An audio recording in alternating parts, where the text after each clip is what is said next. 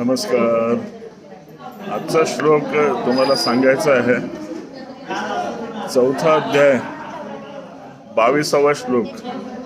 तुम्ही नीट बघितला तुम्हाला असं दिसेल, यदृच्छा लाभ संतुष्टो द्वंद्वातीतो विमत्सरः समसिद्धावसिद्धोच कृत्वापि न निबध्यते. याचा अर्थ अगदी सोपा आहे. माझ्या हातात, मी इथे कार्यालयात आल्याबरोबर माझ्या हातात पोह्याची बशी दिली. यदृच्छा लाभ संतुष्ट, सहजपणे जे हातामध्ये आलेलं आहे. मग मी शेजारच्या गृहस्थांच्या बशीमध्ये बघितलं, त्यात मला एक दाण्याची वडी दिसली. मग आता मी काय करायला पाहिजे? दुःखी व्हायला पाहिजे की नाही व्हायला पाहिजे? हा श्लोक सांगतो, यदृच्छा लाभ संतुष्टो द्वंद्वातीतो विमत्सरः.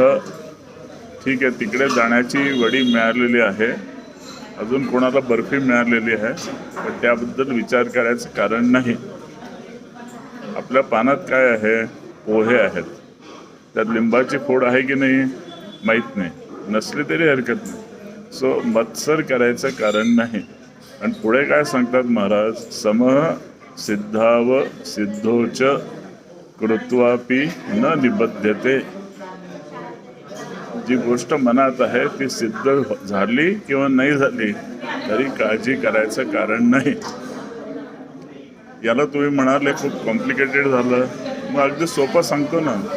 ठेविले अनंते तैसेची राहावे, चित्ती असो द्यावे समाधान. पण प्रयत्न पूर्ण करायला पाहिजे. प्रयत्न न करता जर तुम्ही म्हणाल तर ते चुकीचं आहे.